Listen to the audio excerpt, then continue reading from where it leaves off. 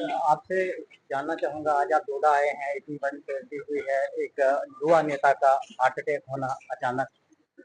कौसर अहमद नटनू साहब इस दुनिया फानी को अलविदा कह गए।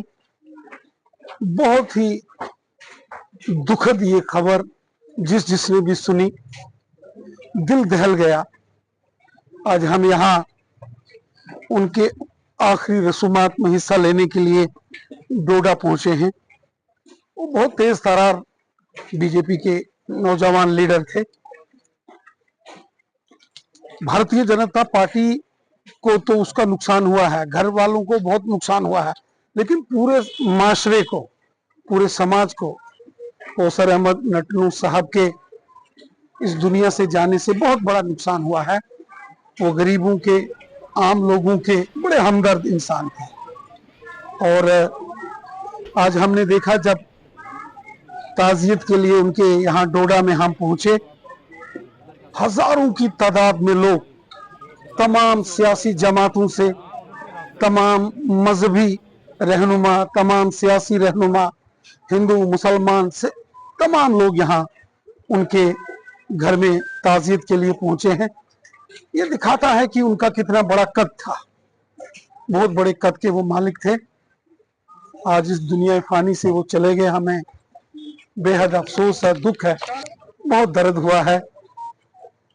बहुत ही बड़े जिंदा दिल शख्सियत के मालिक थे, जिंदा दिल शख्सियत के मालिक कौसर नटनू साहब।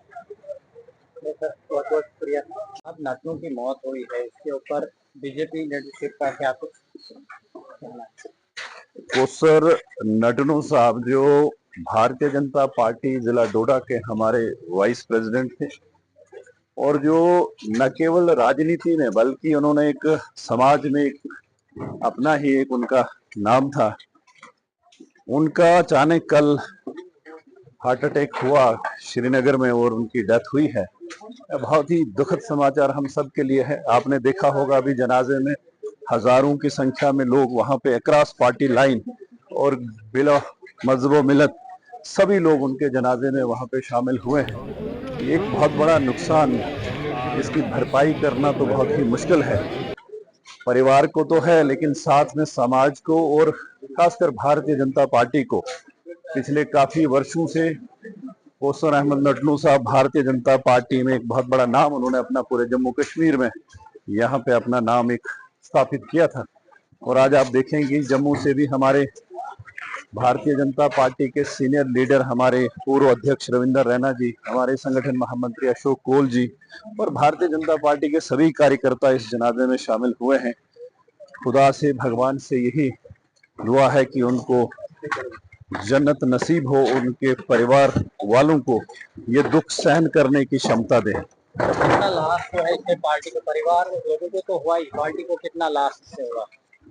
मेरा ये मानना है कि परिवार का तो बहुत बड़ा नुकसान है, उसके परिवार को और साथ में समाज को। लेकिन जो मैं पार्टी की जो बात करता हूँ, क्योंकि मुझे याद है वो दिन जब इन्होंने अपनी नौकरी छोड़ के, रिजाइन करके भारतीय जनता पार्टी ज्वाइन की थी, और उस वक्त हमारे अध्यक्ष रविंदर रैना जी थे। हमने यहाँ डोडा बस स्टैंड पे हजारों की संख्या में लोग वहां पे इनके साथ जुड़ के भारतीय जनता पार्टी ज्वाइन की थी।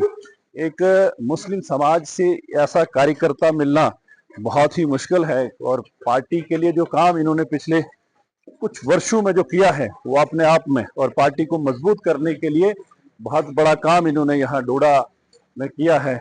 हम अपनी ओर से खराज अकीदत पेश करते हैं और ये खुदा से, भगवान से यही दुआ करेंगे कि उनको जन्नत नसीब हो और उनके परिवार को ये दुख सहन की शक्ति मिले।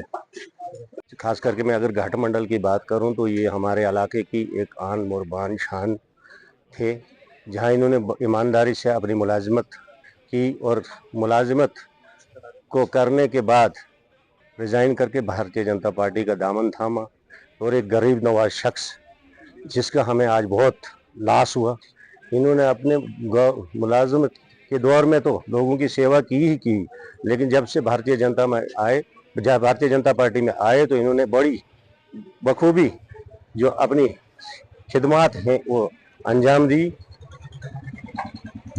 और भारतीय जनता पार्टी में एक कर्मठ कार्यकर्ता के तौर पर काम किया और एक अपने कद को जो उजागर इन्होंने भारतीय जनता पार्टी में किया। भारतीय जनता पार्टी में इनकी जगह तो कभी कोई ले ही नहीं सकता।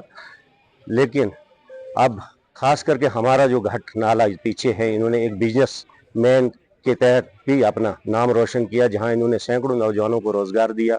और आप तो जानते हैं, आप हमारे इलाके के रहने वाले हैं, हमारे इलाके में इन्होंने बड़े अच्छे काम किए। जहां गरीब गुरबाज को कहीं ज़रूरत पड़ती थी तो ये शाना बशाना उनके लिए साथ रहते थे। आज खास करके हमारे लिए, मेरे तो ये एक बहुत क्लोज दोस्त ही नहीं बल्कि एक भाई की तरह थे। आज हमें बड़ा पारिवारिक नुकसान हुआ और पारिवारिक नुकसान के साथ साथ पार्टी को भी बड़ा लॉस हुआ है। इसके साथ ही मैं भगवान से ये प्रार्थना करता हूँ खुदा से कि इनको, मैं अपने इलाके की बात करूंगा क्योंकि हम तीनों एक ही इलाके से, मैं भी और आप भी और साहब भी एक ही इलाके से ताल्लुक रखते हैं। तो हमारे इलाके को कितना लॉस?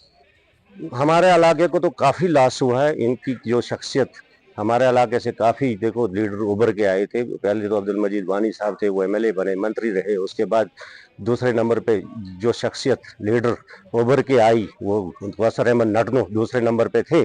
तो किसी इलाके का अगर कोई लीडर उभर के आता है, चाहे वो किसी भी पार्टी से हो, तो कम से कम उस इलाके की डेवलपमेंट होना लाजमी है। कौसर साहब नटनू के चले जाने की वजह से हमारा नाला तो काफ़ी बैकफुट पे आया ही। इस नाला बैकफुट पे आने की वजह से हमारी जो भारतीय जनता पार्टी के कार्यकर्ता या भारतीय जनता पार्टी के लोग थे, उनके दिलों में भी काफ़ी इस समय दुख का इजहार है। इस समय हमारे इलाके में जो घाट जो जालियू जानपुर का इलाका है, एक उभरती हुआ शख्सियत जिसको कहे गरीब नवाज और गरीब दोस्त शख्स अगर कोई था तो वो कौसर अहमद नटनू थे। तरह से कहेंगे कि भारतीय जनता पार्टी को छोड़ के अगर आप इंसानियत के हवाले से भी देखें तो इंसानियत को बहुत बड़ा लॉस हुआ है डोडा में। बहुत ही इखलाक पसंद और इंसान नवाज एक इंसान कौसर अहमद नटनू साहब जो मेरे प्रिय मित्र भी थे, और उनके अंदर कोई जात पात, जाति धर्म को और ऐसे चीज़ों को लेकर दूर दूर तक कोई चीज़ें नहीं थी। बहुत ही इखलाकी इंसान थे और डोडा के लिए एक बहुत बड़ा पिलर थे वो। आज इस शौक की घड़ी में सबकी आंखें नम हैं और हम बहुत ही अफसोस कर रहे हैं और इंसान है, इससे ज़्यादा कर भी नहीं सकते हैं। ऊपर वाले को क्या मंजूर था वो उनके साथ हुआ। मैं आशा करता हूं कि उनके परिवार को, बच्चों को या जो भी उनके भाई बंधु हैं, उनको ऊपर वाला ये शक्ति दे कि वो इस दुख की घड़ी में इस बहुत बड़े नुकसान को बर्दाश्त कर सकें, सह सकें। इससे ज़्यादा ऐसा कहेंगे कि हमारे, जैसे सुरेश जी ने कहा कि इस नाले को नुकसान नहीं बल्कि पूरे डोडा के लिए एक बहुत बड़ा इंसानियत के लिए नुकसान है। एक बहुत बड़े भाईचारे के कंस्ट्रक्टिव माइंड आदमी थे वो एक बहुत बड़ा पिलर थे इस इलाके से। और मैं समझता हूं कि जिस तरह से वो दूर इंदेश थे, जिस तरह से वो बहुत बड़ी नजर रखते थे, इखलाकी नजर रखते थे, सबको एक साथ जोड़ के चलना और किसी भी अच्छे काम के लिए फ्रंट से लीड करते थे। वो सामने से आगे रहते थे। कुछ एक प्रोग्राम जो हाल में हुए थे, हम उनके पीछे खड़े थे, लेकिन वो सामने से, आगे से, और सबको साथ लेकर के, उनके अंदर एक बहुत बड़ी क्वालिटी थी कि भाई सबको साथ लेकर के चलना और इखलाकी तौर पर बड़ा और छोटे का कभी नातोल नहीं करना, किसी जाति धर्म पे भेदभाव नहीं करना, साथ में रहना।